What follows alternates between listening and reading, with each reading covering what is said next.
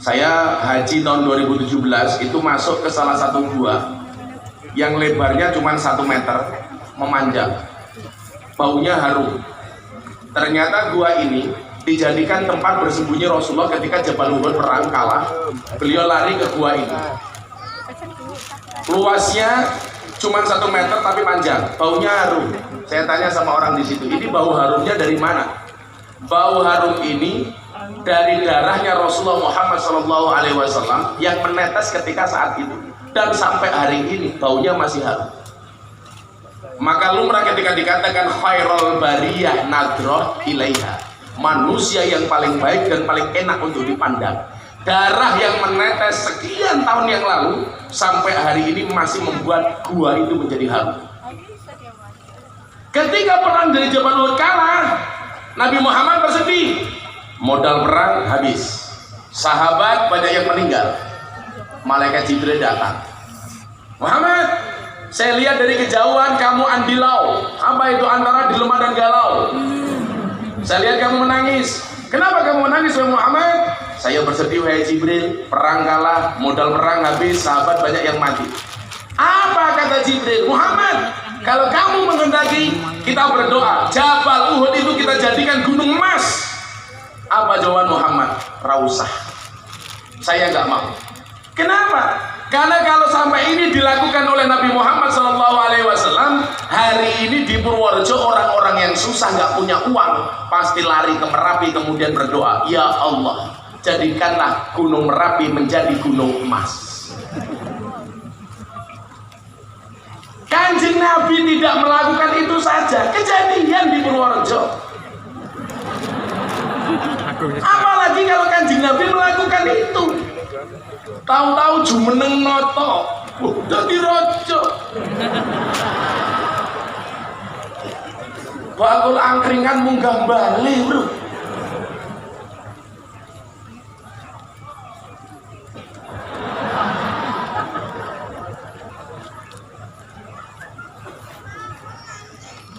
Maka ibu bapak rahimakumullah, ladina liman la aklala. Ketika kemudian saya banyak diskusi dengan Deddy Corbuzier waktu itu, dia mengatakan sama saya begini, bro, kok saya merasa ajaran agamamu itu tidak rasional. Dia bilang seperti itu, ajaran agamamu itu tidak rasional. Kenapa, bro? Coba tadi malam saya baca Quran, kata dia. Ini belum masuk Islam posisinya. Semalam saya baca Quran. Banyak ajaran-ajaran Quran yang menurut saya tidak rasional. Nabi Musa membelah lautan, Nabi Muhammad bahkan bisa naik ke langit ke-7. Ini menurut saya irasional, tidak masuk akal. Apa jawaban kamu, katanya? Ini dia bertanya dalam keadaan kita syuting YouTubean, yang bisa Anda lihat di channelnya Mas Deddy Corbuzier, Master Corbuzier. Waktu itu begitu kita posting di YouTube langsung trending nomor 1. Waktu itu saya jawab, waduh, kalau saya nggak bisa jawab bahaya ini. Masa gondrong kalah dengan botak?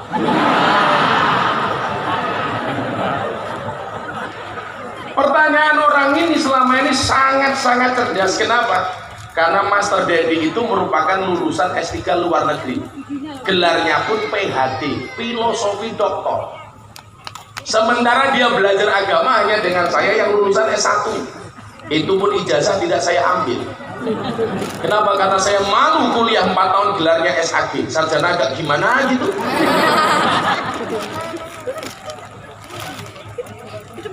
Ini manusia super cerdas.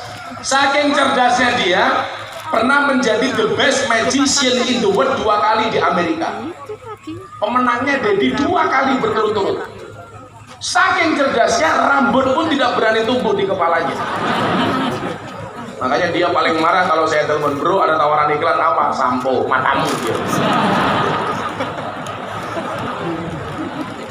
Saya ingat betul gitu ya. Jumatan di Bintaro, saya pakai kopiah, Deddy nggak pakai kopiah. Pulang dari masjid wartawan tanya, kenapa Mas Deddy nggak pakai kopiah kayak Gus Miftah? Kan itu nggak wajib, cuma budaya saja jawab Deddy. Tapi Mas Deddy harus tahu, kata wartawan. Kenapa, Mbak? Fungsi kopiah itu untuk nyegat rambut supaya tidak masuk jidat. Bila utaknya wartawannya bosok, kasih disegati apa nih? Rambut yang duwe kok.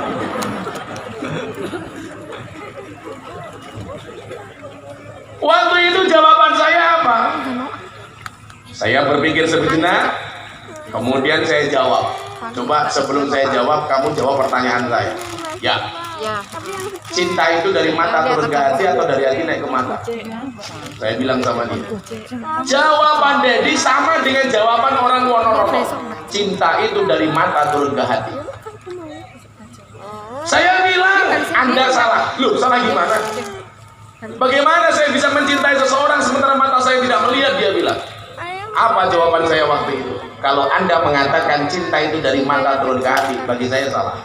Yang benar, cinta itu dari hati naik ke mata. Kok begitu? Iya. Kalau cinta itu dari mata turun ke hati, maka selamanya kamu tidak akan pernah mencintai Allah. Kenapa? Karena matamu tidak pernah melihat Allah. Dia masih bingung. Kalau cinta itu dari mata turun ke hati, berarti matamu tidak akan pernah mencintai Rasulullah. Kenapa? Karena matamu tidak pernah melihat Rasulullah. Dia masih bingung. Saya tekankan yang ketiga, bro, kalau cinta itu dari mata turun ke hati, berarti orang buta itu tidak akan pernah merasakan indahnya cinta.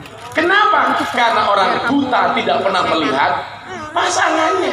Tetapi karena cinta itu dari hati naik ke mata, mohon maaf, orang buta yang tidak pernah melihat pasangannya bisa menikah. Dan apa yang terjadi?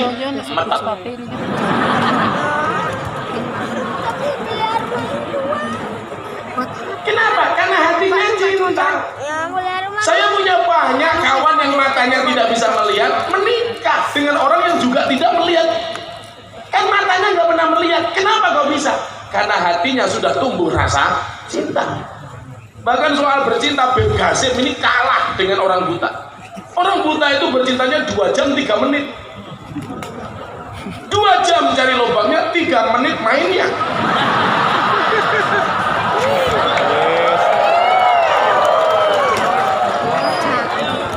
Kue rompahan.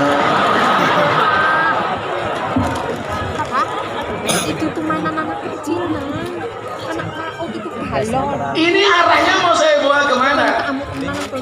Saya bilang sama Dedi, bro, ayat pertama yang diterimakan oleh baginda Rasulullah Muhammad SAW bunyinya adalah Iqra bismi rabbik.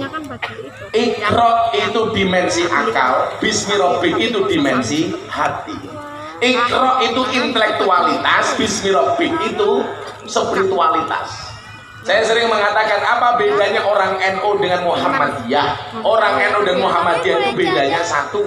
Kalau orang NU biasa nih gede hati nih, ya wong Muhammadiyah biasa nih gede akalnya kok ndase kepiye.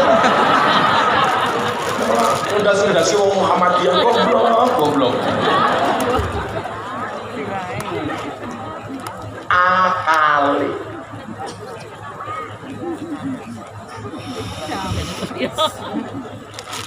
Lah ngomong mantep banget. Ndak sih. Orang-orang NU itu kalau mendapatkan perintah, mereka melaksanakan perintah cukup dengan menggunakan hati. Ayo tahlilan, enggak, dirasanya saja. Saya sering mengatakan begini, bedone wong NU karo Muhammadiyah. Lah wong NU kuwi disuguh kopi, ora kakean takon. Monggo Gus diombe, yo. Pripun rasane? Sangit. Bila orang non NU dikasih kopi, ayo diminum kopinya, pasti tanya, kopi ini ono gulone apa? Ora. Kalau orang NU, ayo sholawatan, nggih. Orang non NU, ayo sholawatan, ono dalile apa? Ora. Itu bedanya. Ayo tahlilan, oke. Kelompok minhum, ayo tahlilan, dalile apa? Ayo ziarah kubur, oke. Orang minhum, ayo ziarah kubur, dalile apa? Bahkan sampai tahlil ngobatin das wae takoni dasare apa? Kok orang NU kalau membaca tahlil dasnya diubah-ubah iki dalile apa? Kurang ajar tadi. Tapi memang saya akui orang NU itu kalau membaca tahlil kepalanya digerak-gerakkan. Ono sing mantuk-mantuk afdhalu dzikri fa'lam annahu la ilaha illallah la ilaha illallah. Sing miring ya ono afdhalu dzikri fa'lam annahu la ilaha illallah la ilaha illallah. Sing kaya entong ya ono ndulur iki. Afdhalu dzikri fa'lam annahu la ilaha illallah.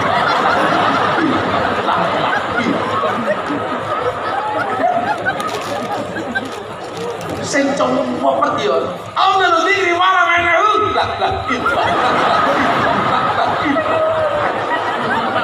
ada nah sing mantep ya Allah lu diri malam annahu la ilaha illallah la ilaha illallah. Ini siapa? Siti Maryam sebelum pemilihan.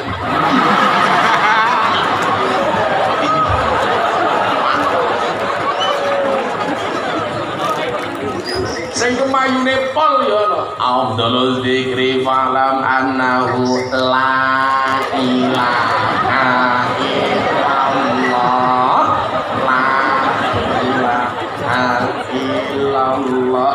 Itu biasanya jomblo gak dapat jodoh.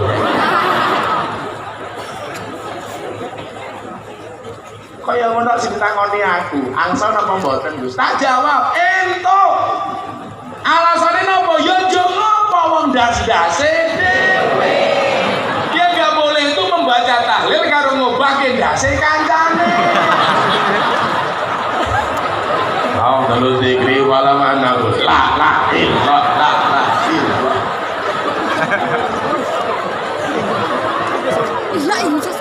Apa takoni dasar, takoni tahlil. Kayak saya habis sholat Jumat di UGM. Assalamualaikum warahmatullah. Assalamualaikum warahmatullah. Kebiasaan saya afsus salam bainaku. Diwatakan tak salami. Di UGM tanganku ditamplek. Haram. Ya Allah. Allah. Tangannya atas. Jadi anggota keraton asu sejagat. Tamplek. Selesai sholat, saya pulang di depan masjid UGM, ditanya sama jamaah saya, Abah, kenapa tangannya dipukul? Katanya salaman habis sholat hukumnya haram. Sebenarnya boleh nggak kita salaman selepas sholat? Boleh. Ada dalilnya? Ada. Hadis apa ayat? Hadis. Riwayat siapa? Rawahu Tirmidzi. Ma min muslimaini yaltaqiyani fayatasafahani illa ghufira lahum qabla ayyatafarraq. Tidaklah dua orang Islam bertemu kemudian saling berjabat, Allah akan mengampuni dosa-dosanya sampai mereka berpisah. Boleh. Orang itu aneh. Habis sholat salaman tanya dalil, tapi habis sholat buka HP nggak tanya dalil. Habis sholat buka HP tanpa dalil dilakukan. Ini habis sholat salaman kok dadak takon dalil. Makanya kalau saya ditanya boleh nggak salaman habis sholat? Boleh. Yang nggak boleh itu salaman di dalam sholat.